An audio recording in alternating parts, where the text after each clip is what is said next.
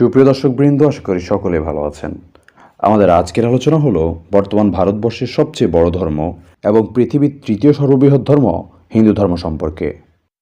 আজকের এই ভিডিওতে হিন্দু ধর্মের শুরু থেকে শেষ পর্যন্ত, অর্থাৎ কিভাবে এ ধর্মের উৎপত্তি ঘটল, কিভাবে ভারতবর্ষে আগমন করলো, এ ধর্মের ধর্মগ্রন্থ, ধর্মীয় বিশ্বাস, ধর্মীয় আচার অনুষ্ঠান, এ ধর্মের নবী কে ছিল, এ ধর্ম জান্নাত জাহান্নাম সম্পর্কে কি বলে, এ ধর্মের সাথে ইসলাম ধর্মের কী কী বিষয় মিল রয়েছে এবং অমিল রয়েছে, এ ধরনের আরও বিভিন্ন বিষয় সম্পর্কে বিস্তারিত আলোচনা করা হবে। তাই পুরো বিষয়টি জানতে হলে পূর্ণ ধৈর্য এবং মনোযোগ সহকারে সম্পূর্ণ ভিডিওটি দেখতে থাকুন।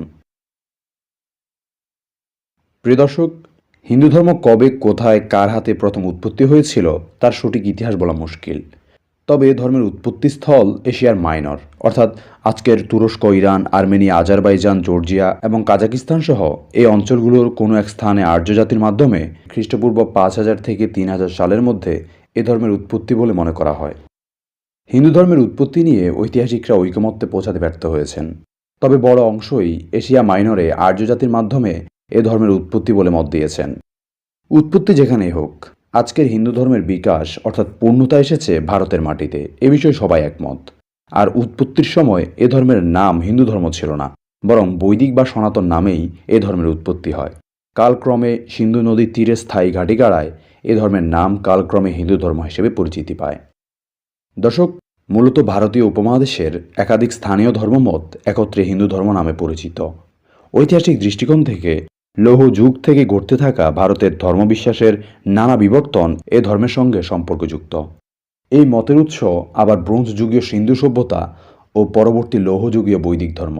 এই জন্য এই ধর্মকে বিশ্বের একটি প্রাচীনতম ধর্ম বলা হয়ে থাকে। পণ্ডিতরা হিন্দু ধর্মকে বিভিন্ন উৎস থেকে উদ্ভূত ভারতীয় সংস্কৃতি এবং ঐতিহ্যের সংমিশ্রণ হিসেবে মনে করেন, যার একক প্রতিষ্ঠাতা নেই। এই হিন্দু সংমিশ্রণ বৈদিক যুগের পরে 5000 থেকে 2000 খ্রিস্টপূর্বাব্দে এবং 300 খ্রিস্টপূর্বাব্দের মধ্যে দ্বিতীয় নগরায়ণের সময়কালে এবং হিন্দু ধর্মের ধ্রুপদী যুগের শুরুর দিকে আবির্ভূত হয়, যখন মহাকাব্য এবং প্রথম পুরাণ রচিত হয়েছিল। হিন্দু ধর্মের ইতিহাসকে সচরাচর এর ক্রমবিকাশের যুগে ভাগ করা হয়। প্রথম পর্যায়টি প্রাক বৈদিক যুগ হিসেবে গণ্য করা হয়, যার শেষ 1750 খ্রিস্টপূর্বাব্দের দিকে। এর মধ্যে সিন্ধু উপত্যকা সভ্যতা এবং স্থানীয় প্রাক ঐতিহাসিক ধর্মগুলি অন্তর্ভুক্ত রয়েছে। 1900 খ্রিস্টপূর্বাব্দ থেকে 1400 খ্রিস্টপূর্বাব্দের মধ্যে ইন্দো আর্য অভিবাসনের সাথে ঐতিহাসিক বৈদিক ধর্মের প্রবর্তন শুরু হয় এবং উত্তর ভারতে বৈদিক যুগের সূচনা হয়। খ্রিস্টীয় প্রথম শতাব্দীর পর ধীরে ধীরে ভারতে বৌদ্ধ ধর্মের পতন ঘটলে বৈদিক ধর্মের নবজাগরণের রূপে ধ্রুপদী হিন্দু ধর্মের উত্থান ঘটে। সংখ্যা, যোগ, ন্যায়, বৈশেষিক, মীমাংসা ও বেদান্ত হিন্দু দর্শনের এই 6টি প্রধান শাখার উদ্ভব ঘটে খ্রিস্টপূর্ব 2য় শতাব্দী থেকে খ্রিস্টীয় 5ম শতাব্দীর মধ্যবর্তী সময়ে। এই সময়টি হিন্দু ধর্মের স্বর্ণযুগ বলে পরিচিত, যা গুপ্ত সাম্রাজ্যের সমসাময়িক। প্রায় একই সময়ে ভক্তি আন্দোলনের মাধ্যমে উদ্ভব ঘটে শৈব ধর্ম ও বৈষ্ণব ধর্মের মতো একেশ্বরবাদী মতবাদগুলির। মোটামুটিভাবে 650 থেকে 1100 খ্রিস্টাব্দের পর ধ্রুপদী পৌরাণিক হিন্দু ধর্ম প্রতিষ্ঠা লাভ করে মধ্যযুগে। আদিশঙ্করের অদ্বৈত বেদান্ত মতবাদও এই সময় প্রচারিত হয়। উক্ত মতবাদ বৈষ্ণব ও শৈব মতবাদের মধ্যে সমন্বয় সাধন করে এবং স্নাত ধর্মের উত্থান ঘটায়। এর ফলে দর্শনের অবৈদান্তিক শাখাগুলির অবলুপ্তি ঘটে। প্রিয় দর্শক, এভাবেই মূলত মূল বৈদিক ধর্ম থেকে উৎপত্তি ঘটা নতুন ধর্মমতটি হিন্দু ধর্ম নামে পরিচিতি লাভ করে। দর্শক, আমরা এতক্ষণ জানার চেষ্টা করলাম হিন্দু ধর্মের উৎপত্তির ইতিহাস নিয়ে। এখন আমরা জানার চেষ্টা করব কিভাবে হিন্দু ধর্ম ভারতবর্ষে আগমন করেছে। ইতিহাসবিদদের মতে আর্যরা এশিয়ার মাইনর থেকে প্রথমে ইরান এবং পরে খ্রিস্টপূর্ব 1500 থেকে 2000 সালের কাছাকাছি সময় ভারতে প্রবেশ করে। মূলত এই আর্য জাতিরাই হিন্দু ধর্মের পূর্বপুরুষ বলে অধিকাংশ ইতিহাসবিদ মত প্রকাশ করেছেন। তারা আসার সময় সঙ্গে করে আনে বেদ নামক একটি ধর্মগ্রন্থ। এই ধর্মগ্রন্থকে ঐশ্বরিক হিসেবে হিন্দু ধর্মাবলম্বীরা বিশ্বাস করে থাকে। হাজার হাজার বছর পূর্বের হলেও এই গ্রন্থে এমন সব উপমা এবং শ্লোক রয়েছে যা ওই সময়ের মানুষের দ্বারা লেখা বা আবিষ্কার করা সম্ভব নয়। এই কারণে এই পবিত্র ধর্মগ্রন্থকে ঐশ্বরিক বলে বিশ্বাস করা হয়। বেদ নামক ধর্মগ্রন্থের কারণে আর্য জাতিকে বৈদিক জাতি এবং হিন্দু ধর্মকে বৈদিক ধর্ম বলা হয়। তবে আধুনিক ইতিহাসবিদদের মতে আর্য জাতি ভারতে প্রবেশ করার পর এখানকার ভূমিপুত্র দ্রাবিড়, অস্ট্রিক, কোল, মুন্ডা সহ বিভিন্ন জাতিগোষ্ঠীর সংস্পর্শে আসে। বিশেষ করে আর্য পুরুষরা নারী সঙ্গীর অভাবে অনার্য নারীদের সঙ্গে একত্রে বসবাস শুরু করার কারণে আর্যদের বিশুদ্ধতা নষ্ট হয়। আর এই কারণে এখন ভারত বা এর কাছাকাছি অঞ্চলে বসবাসকারীদেরকে মিশ্র জাতির মানুষ বলে বর্ণনা করা হয়। খ্রিস্টপূর্ব 2000 সালের দিকে আর্যরা প্রথম উত্তর ভারত দিয়ে প্রবেশ শুরু করে। কালক্রমে তারা দক্ষিণ, উত্তর পূর্ব ভারত, এমনকি থাইল্যান্ড, মালয়েশিয়া, ইন্দোনেশিয়া পর্যন্ত ছড়িয়ে পড়ে। উত্তর ভারত থেকে দক্ষিণ, উত্তর পূর্ব ভারত, থাইল্যান্ড, মালয়েশিয়া, ইন্দোনেশিয়া পর্যন্ত পৌঁছাতে আর্যদের সময় লাগে 5ম খ্রিস্টাব্দ পর্যন্ত। অর্থাৎ উত্তর ভারত থেকে ইন্দোনেশিয়া পর্যন্ত পৌঁছাতে আর্যদের 2500 বছর সময় লেগেছে বলে মনে করা হয়। আর এই আর্যদের সঙ্গে হিন্দু ধর্ম ওই 2500 বছরে উত্তর ভারত থেকে দক্ষিণ ভারত, উত্তর পূর্ব ভারত, থাইল্যান্ড, মালয়েশিয়া, ইন্দোনেশিয়া পর্যন্ত ছড়িয়ে পড়ে। তবে সবসময় যে আর্য জাতির মাধ্যমে হিন্দু ধর্ম বিস্তৃত হয়েছে এমনটা নয়। আর্য থেকে ক্রমে যে মিশ্র জাতির উদ্ভব হয়েছে, এমনকি অনার্যরাও হিন্দু ধর্মে দীক্ষিত হয়ে পরে তারাও এই ধর্মের প্রসারে গুরুত্বপূর্ণ ভূমিকা রেখেছে। অর্থাৎ আর্যদের মাধ্যমে যার সূচনা হয়েছিল তা ক্রমে স্থানীয়দের ধর্ম হয়ে ওঠে এবং স্থানীয়রাই পরে তার প্রসারে কাজ করে। এছাড়া আর্যদের ভারতে প্রথম আগমনের সময় খ্রিস্টপূর্ব 1500 থেকে 2000 সালে। সেটি আবার নিশ্চিত হওয়া যায় সিন্ধু সভ্যতা ধ্বংস থেকে। ব্রোঞ্জ যুগের দ্রাবিড় জাতির এক অনন্য সৃষ্টি হল এই সিন্ধু সভ্যতা। এই সভ্যতা ধ্বংস হয় খ্রিস্টপূর্ব 1500 থেকে 2000 সালের কাছাকাছি সময়ে। ধ্বংসপ্রাপ্ত সিন্ধু সভ্যতার শূন্যস্থান পূরণে অন্য কোনো জাতির সন্ধান না পাওয়ার কারণেও মনে করা হয় দ্রাবিড়ের শূন্যস্থান পূরণ করেছিল তৎকালীন আর্যরা। সাধারণত একটি সভ্যতার বিলুপ্তির পর সেখানে নতুন যে সভ্যতা গড়ে ওঠে, সেই নতুন সভ্যতায় পুরাতন সভ্যতার অনেক ছাপ থাকে। সিন্ধু সভ্যতার অনেক কিছুই আর্য তথা হিন্দু ধর্মে প্রবেশ করে, যার অনেক কিছু এখনও বিদ্যমান। এটিও নির্দেশ করে যে খ্রিস্টপূর্ব 1500 থেকে 2000 সালের দিকেই আর্য জাতি তথা হিন্দু ধর্ম ভারতের মাটিতে প্রবেশ করে। এভাবেই মূলত হিন্দু ধর্ম ভারতবর্ষে আগমন করে। প্রিয় দর্শক, এবার আমরা জানার চেষ্টা করব হিন্দু ধর্মের ধর্মগ্রন্থগুলো সম্পর্কে। আসলে ধর্মগ্রন্থ হচ্ছে সেই সকল বিশেষ গ্রন্থ যাতে মানুষের জীবনযাপনের বিধান, ভালো কাজ করার পরামর্শ এবং মন্দ কাজ থেকে বিরত থাকতে বলা হয়েছে। পৃথিবীতে যুগে যুগে আসা সকল ধর্মেরই কোনো না কোনো ধর্মগ্রন্থ রয়েছে। যেমন মুসলমানদের আল কোরআন, খ্রিস্টানদের বাইবেল, বৌদ্ধদের ত্রিপিটক, ইহুদিদের তানাক। সেই ধারাবাহিকতায় হিন্দু ধর্মেরও ধর্মগ্রন্থ রয়েছে। তবে এই ধর্মের ধর্মগ্রন্থের সংখ্যা একাধিক। এই গ্রন্থগুলোকে দুইটি ভাগে ভাগ করা হয়, যার একটি হলো শ্রুতি এবং অন্যটি স্মৃতি। শ্রুতি শব্দের অর্থ যা শ্রবণ করা হয় এবং যা উপলব্ধি করা যায়। শ্রুতি হিন্দুদের সবচেয়ে প্রাচীন ধর্মগ্রন্থ। শ্রুতিকে দুই ভাগে ভাগ করা হয়, যেগুলো হলো বেদ এবং উপনিষদ। এই দুটি গ্রন্থকে ঐশী গ্রন্থ হিসেবে বিবেচনা করা হয়। আর স্মৃতি শব্দের অর্থ যা মনে রাখা হয়। শ্রুতির মতো স্মৃতি অতটা প্রাচীন গ্রন্থ নয়। স্মৃতিকে ঐশী গ্রন্থ হিসেবে বিবেচনা করা হয় না, বরং এটি মানুষের লেখা। তবু আজ হিন্দুদের মধ্যে স্মৃতি সবচেয়ে জনপ্রিয়। স্মৃতির মধ্যে হিন্দুদের জীবনবিধান ও ধর্মাচরণের পদ্ধতি লিপিবদ্ধ আছে। স্মৃতি তাই ধর্মশাস্ত্র রূপে পরিচিত। স্মৃতিকে আবার দুই ভাগে ভাগ করা হয়। এ দুটি ভাগ হলো পুরাণ ও মহাকাব্য। এই হলো হিন্দু ধর্মের ধর্মগ্রন্থগুলোর ক্লাসিফিকেশন। এবার আসুন আমরা এই গ্রন্থগুলো সম্পর্কে একটু বিস্তারিত জানার চেষ্টা করি। প্রথমে বেদ। এই বেদ শব্দটি এসেছে সংস্কৃত বিদ ধাতু থেকে, যার অর্থ জানা। তাই বেদ শব্দটির অর্থ সর্বোত্তম জ্ঞান। বেদকে 4 ভাগে ভাগ করা হয়, যথা ঋগ্বেদ, সামবেদ, যজুর্বেদ এবং অথর্ববেদ। পতঞ্জলি মহাবৈশ্যের মতে ঋগ্বেদের 21টি শাখা রয়েছে, অথর্ববেদের 9টি, যজুর্বেদের 101টি আর সামবেদের 1000টি শাখা রয়েছে। অর্থাৎ বেদের সর্বমোট শাখা হল 1131টি। এর মধ্যে মাত্র 12টি শাখা সহজলভ্য। এই বেদগুলোর মধ্যে ঋগ্বেদ, যজুর্বেদ এবং সামবেদ অধিকতর প্রাচীন গ্রন্থ। এদের বিদ্যাত্রয়ী বা বিজ্ঞানত্রয়ী বলা হয়। এদের মধ্যে ঋগ্বেদ সবচেয়ে প্রাচীন, আর চতুর্থ বেদ অর্থাৎ অথর্ববেদ যা অপেক্ষাকৃত নবীন। ঋগ্বেদ লিপিবদ্ধ করা হয় 3টি দীর্ঘকালের ব্যবধানে। ঋগ্বেদে আছে স্তুতিগান, যজুর্বেদে আছে আত্মত্যাগের নিয়ম নীতি, সামবেদ সঙ্গীত মুখর, অথর্ববেদে আছে রোগ নিরাময়ের ম্যাজিক্যাল ফর্মুলা।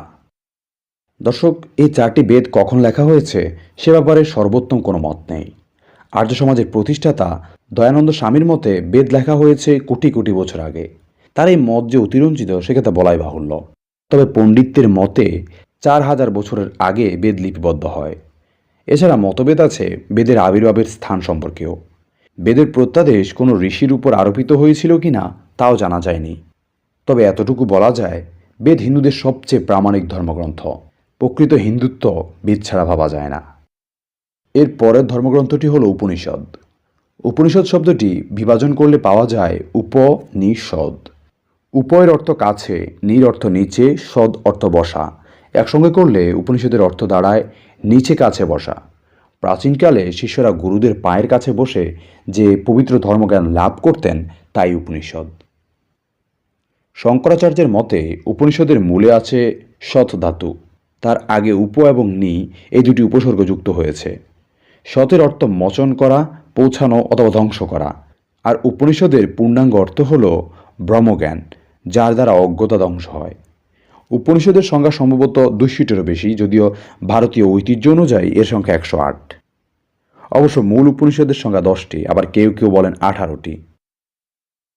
এরপর আসা যাক মহাকাব্যগুলো সম্পর্কে। ভারতবর্ষের প্রাচীন মহাকাব্য দুটি, রামায়ণ ও মহাভারত। রামায়ণে আছে রামচন্দ্রের কাহিনী। অধিকাংশ হিন্দুই এই কাহিনী সম্পর্কে অবগত। আর মহাভারতে রয়েছে কৌরব ও পাণ্ডবের মধ্যকার সামন্ততান্ত্রিক লড়াই। এতে কৃষ্ণের কাহিনীও সংযোজিত রয়েছে। মহাভারতের গল্প সাধারণভাবে সমস্ত হিন্দুই জানেন। এরপর হলো ভগবদ্গীতা। ভগবদ্গীতা হিন্দুদের সবচেয়ে জনপ্রিয় এবং সবচেয়ে পরিচিত ধর্মগ্রন্থ। এটি মহাভারত মহাকাব্যের অংশ। এতে 18টি অধ্যায় রয়েছে। গীতা মূলত কৃষ্ণের উপদেশ, যা যুদ্ধক্ষেত্রে প্রদত্ত হয়েছিল অর্জুনের উদ্দেশ্যে। এরপর হলো পুরাণ। পুরাণও হিন্দুদের বহু পঠিত ধর্মগ্রন্থ। পুরাণ কথাটির অর্থ হলো প্রাচীন। পুরাণে আছে সৃষ্টির ইতিহাস, আর্যদের ইতিহাস, বিভিন্ন স্বর্গীয় আত্মার গল্প। পুরাণসমূহকে প্রধানত দুই ভাগে ভাগ করা হয়েছে, মহাপুরাণ ও উপপুরাণ। পুরাণ মতে ব্যাসদেব 10,000 শ্লোকযুক্ত পুরাণের রচনা করেন, কিন্তু দেখা যায় অষ্টাদশ মহাপুরাণে 4,08,000 শ্লোক নির্ণয় করা হয়েছে। তবে প্রকৃত সংখ্যাটি নির্ণয় করা দুরূহ। আসলে বেদের ঠিক পরেই পুরাণের আবির্ভাব। মহর্ষি বৈশ্য পুরাণকে 18টি খণ্ডে বিভক্ত করেছিলেন। পুরাণের মধ্যে সবচেয়ে গুরুত্বপূর্ণ হল ভবিষ্য পুরাণ। ভবিষ্য পুরাণের এই রকম নামকরণের কারণ হল এতে রয়েছে ভবিষ্যতের নানান ঘটনা প্রবাহের আগাম ইঙ্গিত বা ভবিষ্যৎবাণী। হিন্দুরা মনে করেন ভবিষ্য পুরাণ স্বয়ং ঈশ্বরের বাণী। মহর্ষি বৈশ্য একে শুধু বিভিন্ন পর্বে বিভাজিত করেছিলেন। এই পুরাণগুলো ছাড়াও হিন্দু ধর্মে বিভিন্ন সংহিতাসহ আরও অনেকগুলো উপপুরাণ রয়েছে। তো দর্শক, এই ছিল হিন্দু ধর্মের ধর্মগ্রন্থগুলো সম্পর্কে সংক্ষিপ্ত বর্ণনা। এবার আসুন আমরা জানার চেষ্টা করি হিন্দু ধর্মে ঈশ্বরের বিশ্বাস সম্পর্কে। ঋগ্বেদ বলা আছে ঈশ্বর একম অদ্বিতীয়াম, অর্থাৎ ঈশ্বর এক ও অদ্বিতীয়। একং সৎ বিপ্রা বহুধা বদন্তি, অর্থাৎ সেই এক ঈশ্বরকে পণ্ডিতগণ বহু নামে ডেকে থাকেন। একং সন্তং বহুদন কল্পায়ন্তি, অর্থাৎ সেই এক ঈশ্বরকে বহু রূপে কল্পনা করা হয়েছে। এছাড়া অথর্ববেদে বলা আছে পরমাত্মা এক, তিনি ছাড়া কেউ দ্বিতীয়, তৃতীয় বা চতুর্থ, পঞ্চম, ষষ্ঠ বা সপ্তম, অষ্টম, নবম বা দশম বলে অভিহিত আর কেউ নেই। এখন উপরের এই শ্লোকগুলো থেকে বোঝা যাচ্ছে যে ঈশ্বর এক ও অদ্বিতীয়। তাহলে এখন প্রশ্ন দাঁড়ায়, ঈশ্বর আসলে কে? ব্রহ্মা নাকি বিষ্ণু, শিব, রাম নাকি শ্রীকৃষ্ণ? কে আসলে ঈশ্বর? তো এর জবাবে হিন্দু পণ্ডিতরা বলে থাকেন যে ঈশ্বরের নির্দিষ্ট কোনো রূপ নেই। ঈশ্বর যখন সৃষ্টির কাজে নিয়োজিত ছিলেন তখন তিনি ব্রহ্মা। ঈশ্বর যখন সৃষ্টি পালনের কাজে নিয়োজিত থাকেন তখন তিনি বিষ্ণু। যখন সংসার বা ধ্বংসের কাজে নিয়োজিত থাকেন তখন তিনি শিব।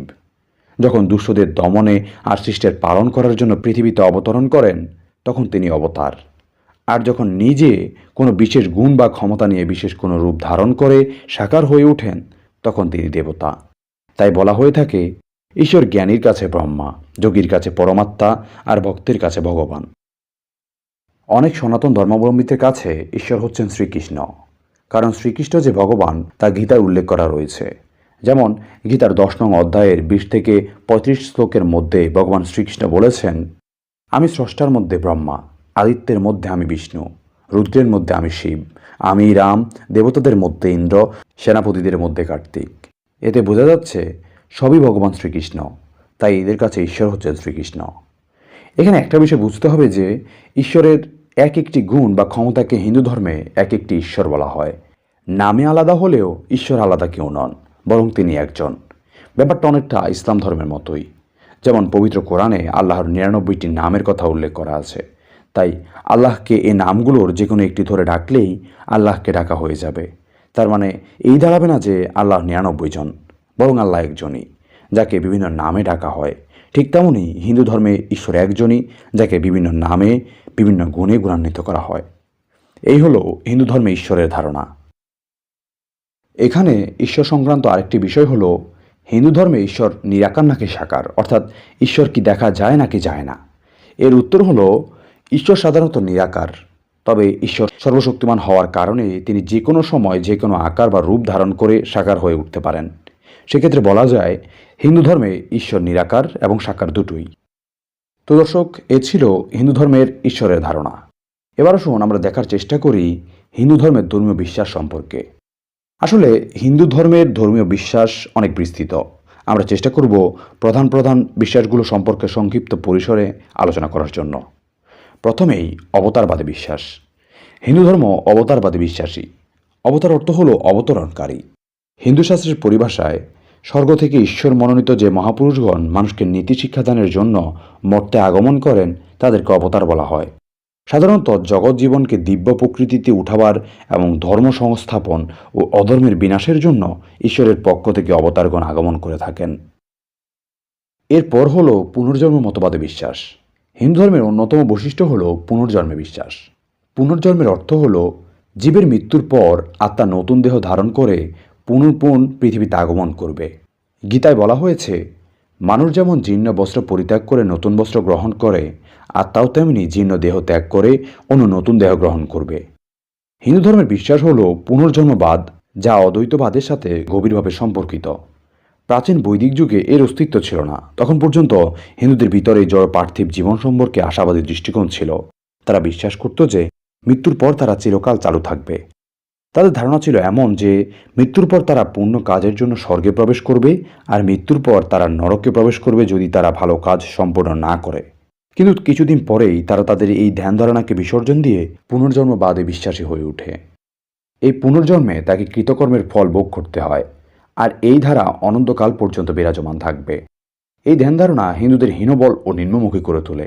তার উপর এক হতাশাবাঞ্জক ঔদাসীন্য মনোভাবের সৃষ্টি হয়েছে। অপরূপ এই বিশ্বাস থেকেই অদৃষ্টবাদের রূপক সৃষ্টি হয়েছে, কারণ মানুষের ভাগ্য তার পুনর্জন্মবাদের দ্বারা নির্ধারিত হয়ে থাকে। শত চেষ্টা করলেও তা পরিবর্তন করতে পারবে না। মানুষ তার কৃতকর্মের দরুন নিম্ন জীব জানোয়ারের রূপে জন্মগ্রহণ করতে পারে।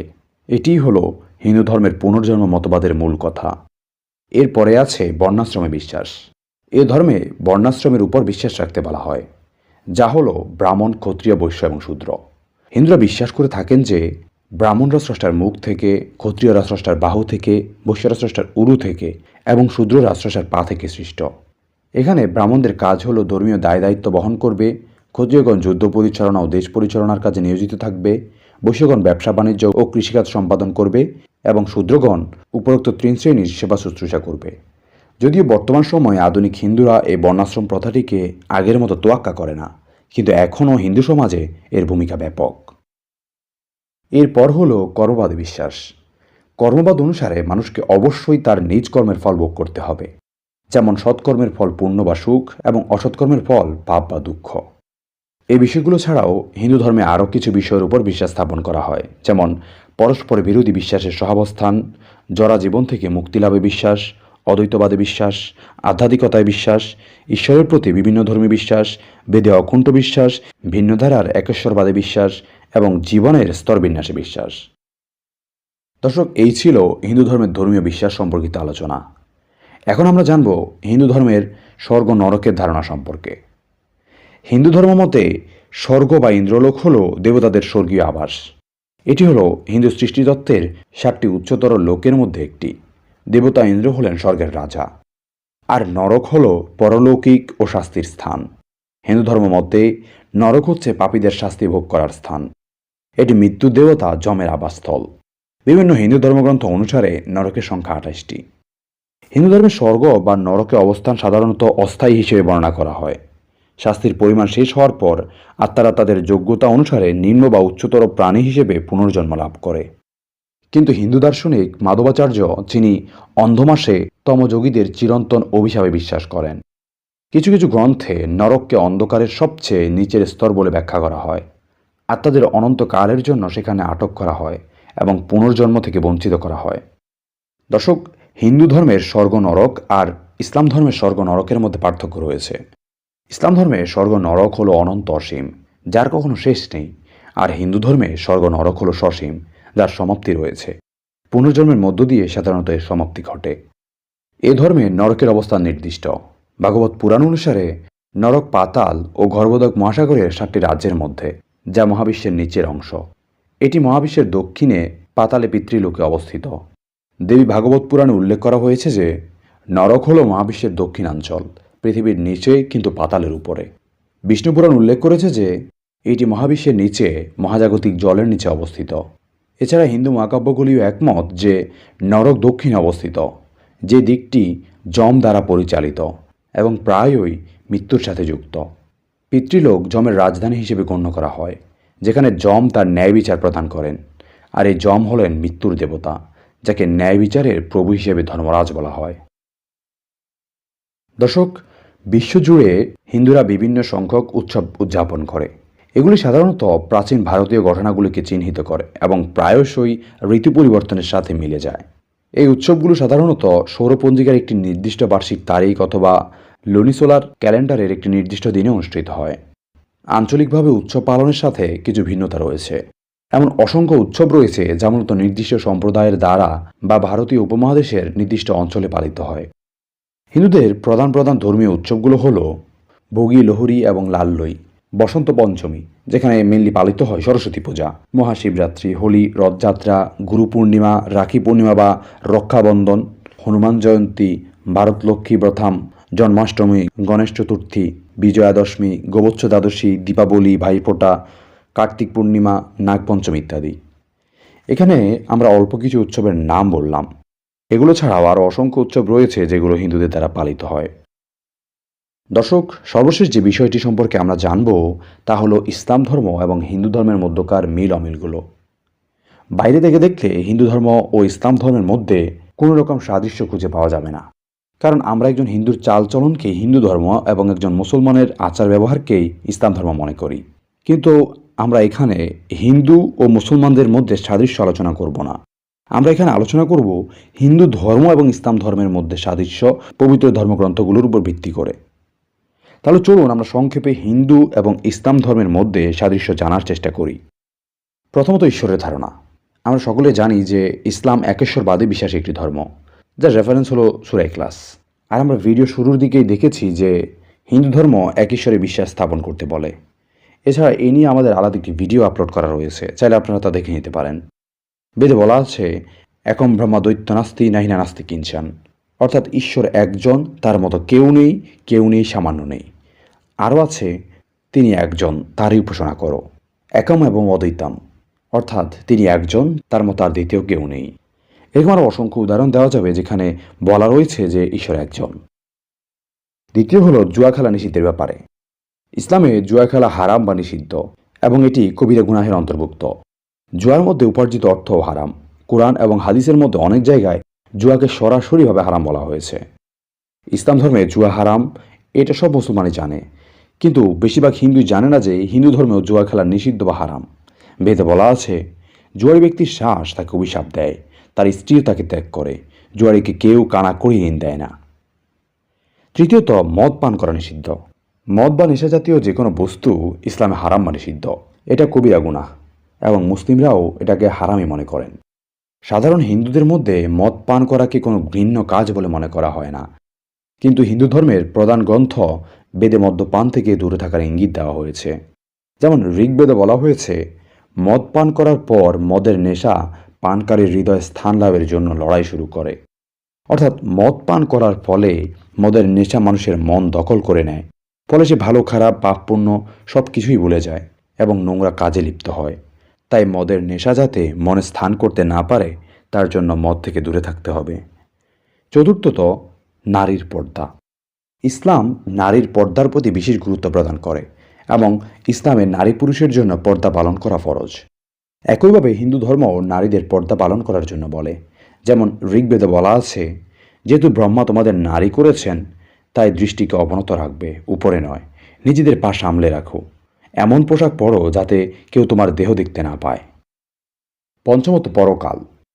ইসলাম ধর্ম অনুসারে মৃত্যুর পর পরকালের জীবন রয়েছে এবং একজন মুসলিম হিসেবে পরকালের উপর ঈমান আনা আবশ্যক। ঠিক একইভাবে হিন্দু ধর্মেও পরকাল সম্পর্কে বলা রয়েছে। যেমন ভাগবত গীতায় বলা আছে, যেমন একজন মানুষ পুরনো পোশাক পরিত্যাগ করে নতুন পোশাক পরিধান করে, আত্মা তেমনি পুরনো দেহ ত্যাগ করে নতুন দেহ গ্রহণ করবে। এই লাইন দ্বারা সহজে অনুমেয় যে হিন্দু ধর্মগ্রন্থ পরকালে বিশ্বাস স্থাপনের কথা বলে। ষষ্ঠত, রোজা রাখা। আমরা জানি ইসলাম ধর্মের রোজা রাখার নিয়ম রয়েছে, ঠিক তেমনইভাবে হিন্দু ধর্মেও উপবাসের কথা আছে। মনুস্মৃতি গ্রন্থের 6 নং অধ্যায়ের 24 নং শ্লোকে 1 মাস ব্যাপী উপবাস ব্রত পালনের বিষয়ে উল্লেখিত রয়েছে। আরও বেশ কিছু শ্লোকে পরিশোধনের উপায় হিসেবে উপবাসের কথা বর্ণিত হয়েছে। মনুস্মৃতি 4 নং অধ্যায় শ্লোক 222 ও মনুস্মৃতি 11 নং অধ্যায় শ্লোক 204। এই বিষয়গুলো ছাড়াও আরও অনেকগুলো বিষয় রয়েছে যেগুলো হিন্দু ধর্মের সাথে ইসলাম ধর্মের মিল রয়েছে, যেমন সত্য কথা বলা, মিথ্যা না বলা, চুরি না করা, অশ্লীলতায় লিপ্ত না হওয়া, মানুষের সাথে সদ্ব্যবহার করা, অন্যকে দান করা ইত্যাদি। দর্শক, এই ছিল আমাদের আজকের আয়োজন। দেখতে দেখতে আমরা ভিডিওর একদম শেষ পর্যায়ে উপনীত হয়েছি। পরিশেষে বলতে চাই, আমাদের ভিডিওর উদ্দেশ্য কোনো ধর্মকে ছোট করা না, বরং আমরা চাই সত্য ব্যাপারটা মানুষের সামনে আসুক। আর ভিডিওতে যদি কোনো ধরনের ভুল বা অসঙ্গতিপূর্ণ শব্দচয়ন পেয়ে থাকেন তাহলে কমেন্ট বক্সে অবশ্যই কমেন্ট করে জানাবেন। তো আজকের মতো এখানে শেষ করছি। কথা হবে পরবর্তী ভিডিওতে। সেই পর্যন্ত সবাই ভালো থাকুন, সুস্থ থাকুন এবং আমাদের চ্যানেলের সাথেই থাকুন। আসসালামু আলাইকুম রহমতুল্লাহ।